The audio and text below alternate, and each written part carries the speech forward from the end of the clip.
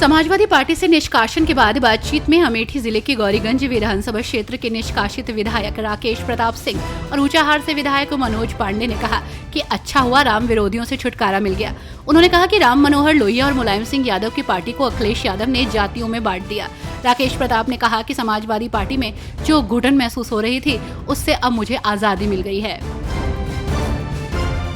खाद की over rating और कालाबाजारी की शिकायत का जायजा लेने पहुंचे उत्तर प्रदेश के कृषि मंत्री सूर्य प्रताप शाही खुद ही ठगे गए। जी हां, राजधानी लखनऊ के बीकेटी और इटौजा इलाके में दुकानदारों ने मंत्री जी को ही महंगे दामों पर खाद बेच दिया।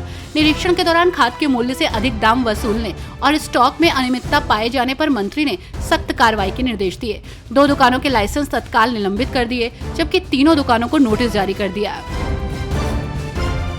सुहेलदेव भारतीय समाज पार्टी के प्रमुख ओम प्रकाश राजभर ने ऐलान कर दिया है कि उत्तर प्रदेश पंचायत चुनाव सुबह सपा अकेले लड़ने जा रही है और इसी क्रम में प्रत्याशियों के आवेदन से लेकर सेक्टर वाइज कार्यकर्ताओं की जिम्मेदारी भी पार्टी द्वारा तय की जा रही है।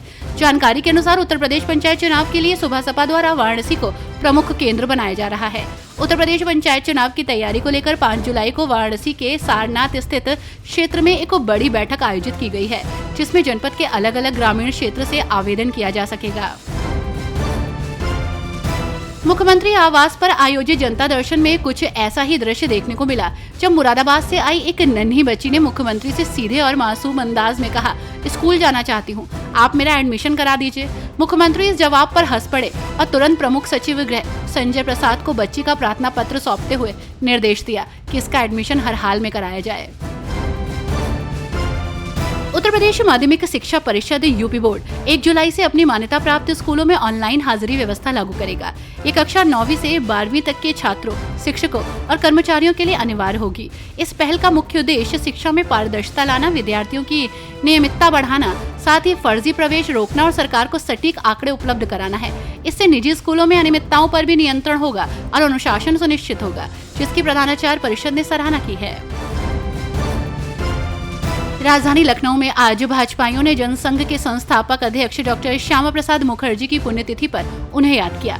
मुख्यमंत्री योगी आदित्यनाथ ने सिविल अस्पताल पहुंचकर उनकी प्रतिमा पर पुष्पांजलि अर्पित की।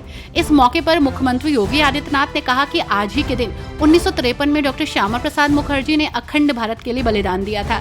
स्वतंत्र भारत में कैबिनेट मंत्री के रूप में उन्होंने देश को अपनी विजनरी नेतृत्व में लाभान्वित किया। देश की औद्योगिक नीति तय करने में बड़ी भूमिका उन्होंने निभाई। यूपी की बेसिक शिक्षा परिषद में हो रहे नित नए प्रयोगों में अब एक नया प्रयोग सामने आया है। इसमें शिक्षकों, शिक्षा मित्र के साथ कम छात्र संख्या वाले विद्यालयों का भी समायोजन होगा। इस संबंध में आदेश जारी कर दिए गए हैं। समायोजन की प्रक्रिया चल रही है। विद्यालयों के समायोजन पर शिक्षक संगठनों और ग्राम प्रधानों ने आपत्ति दर्ज करते हुए इसे छात्र हितों के विपरीत बताया है, तो वहीं बेसिक विभाग के अधिकारी इसे छात्र हितैषी बता रहे हैं। यूपी के भदोही जनपद से भ्रष्टाचार को लेकर एक बड़ी खबर सामने आई है। यहाँ वाराणसी प्रयागराज नेशनल हाईवे 19 स्थित टोल प्लाजा के नाम पर 62.87 करोड़ के स्टाम्प चोरी का मामला सामने आया है। NHAI से काशी टोल वे प्राइवेट लिमिटेड कंपनी को 3,144 करोड़ में 15 वर्ष के लिए ठेका दिया गया, लेकिन इसमें 2% की बजाय 100 रुपए के स्टाम्प शुल्क देकर पंजीकृत करा लिया गया। हालांकि इस बड़े घोटाले के सामने आने के बाद हड़कंप मच गया है। इसकी सही जांच हुई तो कई बड़े अधिकारी नप सकते हैं।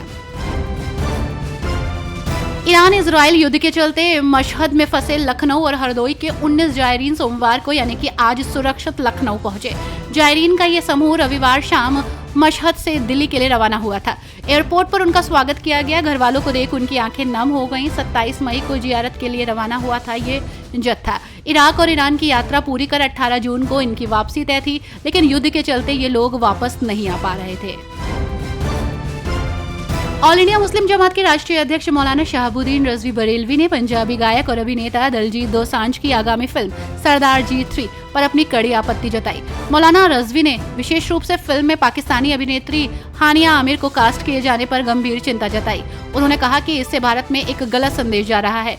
मौलाना रजवी ने इस बात पर जोर दिया कि हानिया आमिर ऐसे देश से आती हैं जहां से आए आतंकियों ने हाल ही में पहलगाम में 2 दर्जन से अधिक निर्दोष लोगों की जान ले ली थी।